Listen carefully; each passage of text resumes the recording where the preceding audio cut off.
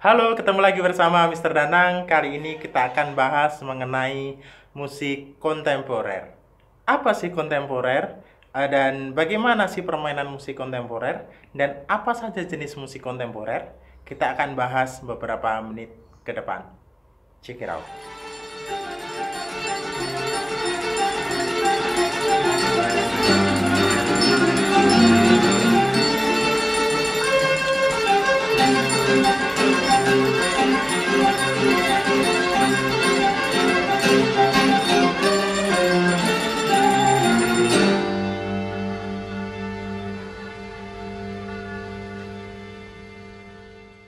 Baik, kita akan bahas secara pengertiannya dulu. Apa sih kontemporer yang kita pahami selama ini?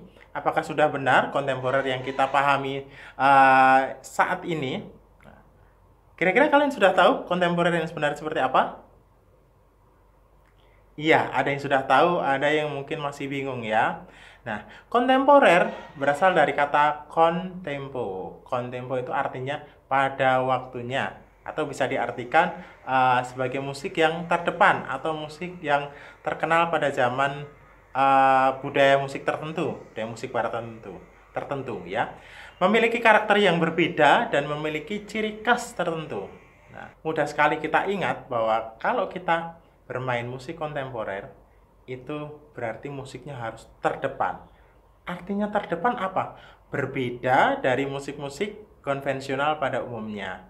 Kemudian memiliki ciri tertentu. Artinya, ciri tertentu ini berbeda dengan ciri-ciri musik kontemporer pada umumnya. Contoh, ya, ada karya-karya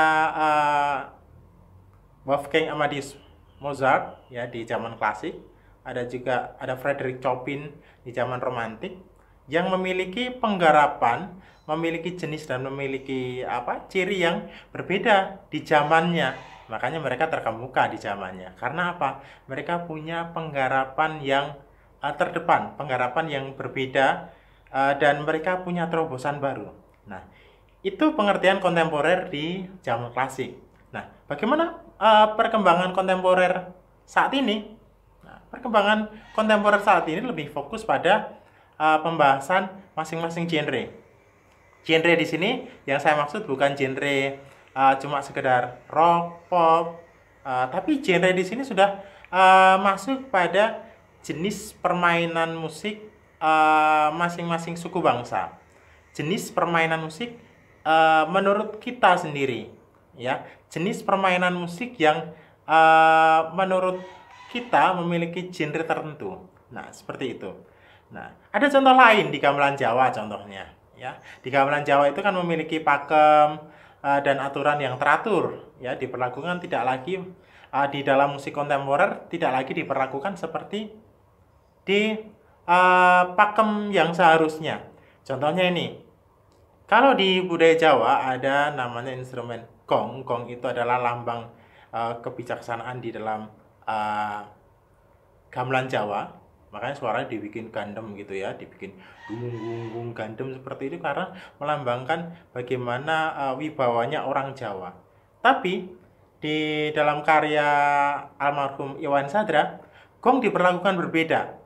Nah, tapi perbedaan si karya Iwan Sadra dengan penggarapan gong ini, dengan memperlakukan gong yang berbeda ini, bukan berarti Iwan Sadra melecehkan gamelan karena tidak memainkan gong itu secara pakem. Tidak, di sini justru malah Iwan Sadra membuat musik baru, ya, musik baru yang tidak sesuai atau tidak lagi berpatokan pada pakem yang ada di daerah itu, contohnya di Jawa.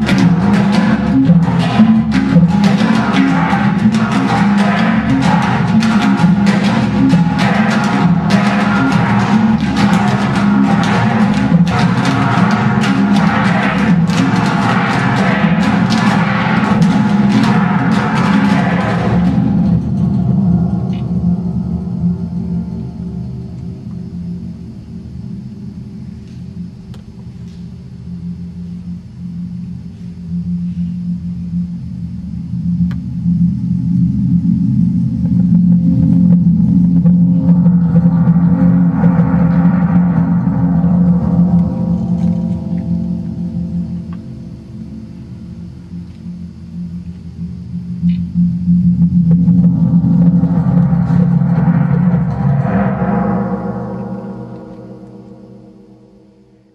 kita akan bahas cirinya ya. Kalau kita tadi sudah bahas pengertian, sekarang kita bahas cirinya. Ciri yang pertama dari musik kontemporer itu menggunakan instrumen musik yang sebeda-bedanya. Nah, contohnya tadi kalau di Wayan Sadre itu masih menggunakan gong, secara konvensional masih menggunakan gong, wujudnya gong, tapi hanya perlakuannya yang berbeda. Kalau yang dimaksud dengan menggunakan instrumen musik yang sebeda-bedanya ini, ya, kalian bisa menggunakan bahan-bahan yang mungkin atau alat-alat yang mungkin bukan alat musik, tapi bisa menghasilkan bunyi. Ya, tentunya ini sudah akrab sekali kalian ketahui di channel YouTube atau mungkin di SMP kalian juga sudah pernah membuat seperti ini, atau mungkin kelas 10 kemarin atau kelas 11 kemarin juga kalian sudah mulai menuju kepada musik kontemporer dengan menggunakan galon yang kamu fungsikan sebagai kendang, menggunakan botol produk Yakult, kemudian diisi beras, kamu gunakan sebagai marakas. Ini sebenarnya sudah mulai menuju pada ciri musik kontemporer yang pertama, yaitu menggunakan instrumen musik sebeda-bedanya. Nah, yang kedua, mencoba menciptakan sumber bunyi yang baru. Artinya sumber bunyi yang baru ini apa? Sumber bunyi yang berbeda dari biasanya. Kalau kita kenal di kelas 10 ada membranofon, ada idiofon, ada kordofon, ada aerofon. Sumber bunyinya pasti, ya, sumber bunyinya pasti dari dawai, getaran dawai itu di kordofon, ya. Membranofon dari getaran selaput atau kulit. Nah, di dalam musik kontemporer kita bebas menentukan sumber bunyi instrumen kita atau sumber bunyi bunyi-bunyian dalam musik kita itu dari mana saja boleh. Dari suara mulut boleh, dari suara pukulan alat masak, ya, atau dari yang lain-lainnya, ya. Kalian bisa menciptakan sumber bunyi yang lain, tidak lagi sama seperti instrumen-instrumen kontemporer pada musik-musik konvensional pada umumnya, ya, seperti itu. Kemudian ciri yang ketiga, bisa jadi menciptakan frekuensi nada yang lain. Frekuensi nada yang lain itu seperti apa? Kalau kita kenal pada konvensional, pada frekuensi nada konvensional, kita kenal do, re, mi, fa, sol, la, si, do dengan aturan seperti itu. Kita kenal slendro pelok dengan aturan yang seperti itu, dengan jarak interval yang seperti itu. Tapi di dalam musik kontemporer kita bisa saja, ya, menciptakan frekuensi nada yang lain, mungkin baru, ya, dari yang sebelumnya ada. Nah, atau mungkin frekuensinya ini tidak bisa disebut nada, ya, seperti video yang akan saya tayangkan nanti, yaitu contohnya dari John Cage, salah satu musisi zaman modern yang memiliki karya kontemporer juga. Ya, sebelum kita lihat videonya, ya, kita perlu tahu seperti apa frekuensi yang dimaksud. Jadi frekuensi yang dimaksud di sini, ya, getaran yang menghasilkan bunyi do, re, mi itu frekuensi, ya. Nah, John Cage nanti akan menunjukkan bagaimana frekuensi itu tidak lagi harus panjang membentuk gelombang tertentu akhirnya jadi disebut do, dengan interval tertentu disebut re. Tidak seperti itu, tapi benar-benar beda sekali dengan apa yang kita pikirkan. Baik, yang keempat adalah penggarapan dengan metode yang baru. Artinya sudah keluar dari hal-hal yang telah ada pada garapan musik sebelumnya. Nah, ini yang saya maksud tadi, ya. Ini yang saya maksud. Ini ada kaitannya dengan tiga hal tadi, ya. Garap baru ini berhubungan dengan instrumen musik yang sebeda-bedanya, bisa jadi baru. Kemudian menciptakan sumber bunyi yang baru, kemudian membuat atau bisa jadi menciptakan frekuensi baru, akhirnya jadi penggarapan yang baru juga. ya. Meskipun sebenarnya kalau kita menggunakan yang konvensional pun ya kita bisa menggunakan idiom-idiom konvensional untuk menggarap musik kontemporer. Namun butuh pemikiran khusus supaya kita bisa memahami bahwa musik kita itu punya makna, musik kita itu punya maksud, tidak hanya sekedar berbunyi. Selanjutnya kita akan pahami jenis-jenis musik kontemporer. Ya, jenis musik kontemporer ini ya tidak seperti yang kita bayangkan. Bahkan saya dulu salah membayangkan kalau musik kontemporer itu asal bunyi, asal berbeda, orang tidak mengerti pun tidak apa-apa, orang tidak memahami musik kita pun tidak apa-apa. Tapi ternyata tidak. Musik kontemporer bukan musik yang sembarangan, bukan musik yang kita buat dengan sembarangan sesuai dengan keinginan tapi tidak ada maksud. Ya. Musik kontemporer itu ada maksud. Selain untuk ekspresi, ya, jenis musik kontemporer ini banyak sekali untuk pengobatan, untuk merangsang kecerdasan otak. Kemudian musik kontemporer ini juga bisa untuk terapi, ya. Jenisnya musik kontemporer untuk pengobatan, musik kontemporer untuk merangsang kecerdasan otak. Kemudian ada yang namanya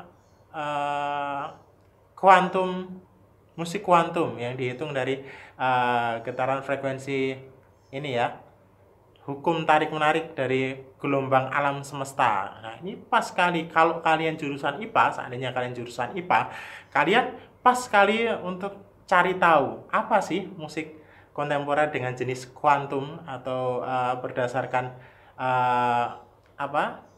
hukum tarik-menarik gelombang alam semesta ini ya. Baik, itu tadi penjelasan saya mengenai musik kontemporer. Mudah-mudahan kalian bisa memahami. Dan sebelum saya tayangkan video dan saya tutup pada pembelajaran kali ini, pada video kali ini, saya akan sampaikan lagi make a contemporary music. Ya, bagaimana? Apa yang perlu diperhatikan? Yang pertama, ketika kita membuat musik kontemporer, kita harus tahu bagaimana sistem pemberdayaan elemen. Artinya elemen-elemen yang akan kita pakai, ya, bahan-bahan yang kita pakai, baik bahan secara fisik maupun material, ya, secara materi, kita harus tahu sistem yang harus kita lakukan. Ya, kalau kita mau keluar dari pakem satu tradisi, kita harus memahaminya dulu supaya tidak menimbulkan kontroversi atau protes dari si pemilik budaya itu sendiri atau pemilik pakem itu sendiri. Ya, kemudian yang kedua tidak kalah pentingnya adalah kita harus menciptakan atmosfer musik, ya, atmosfer baru, ya. Artinya, musik di sini tidak lagi berbicara tentang bagaimana kita menata nada, tapi bagaimana kita membuat atmosfer atau suasana. Nah, di dalam musik-musik terapi, pengobatan atau kuantum tadi, ya, dalam perhitungan kuantum, perhitungan dengan penyesuaian alam semesta tadi, kita ya tidak lagi berpikir tentang nada, tidak berpikir tentang komposisi urutan intro, outro dan lain-lain atau interlude dan lain-lain, tidak. Tapi apa yang nomor satu kita pikirkan yaitu atmosfer musik baru dengan cara yang terbaru. Ya. Kemudian yang ketiga, instrumen ya bisa merupakan benda apapun yang dapat diberdayakan. Nah, di sini kalau kita ketemu dengan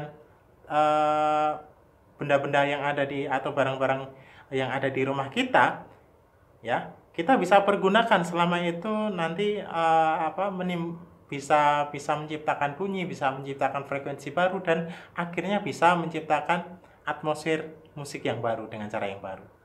Kemudian disesuaikan dengan genre yang dimaksud, ya. Genre di sini ya bisa dikaitkan dengan tradisi, bisa dikaitkan dengan kebiasaan dari suatu budaya tertentu. Kalau kalian bingung dengan penjelasan saya tadi, kalian bisa bertanya lewat Google Classroom yang kalian sudah bergabung, atau bisa komen di bawah video ini ya. Oke, akhir kata, selamat belajar, tetap sehat di rumah, jaga kesehatan kalian, dan God bless you.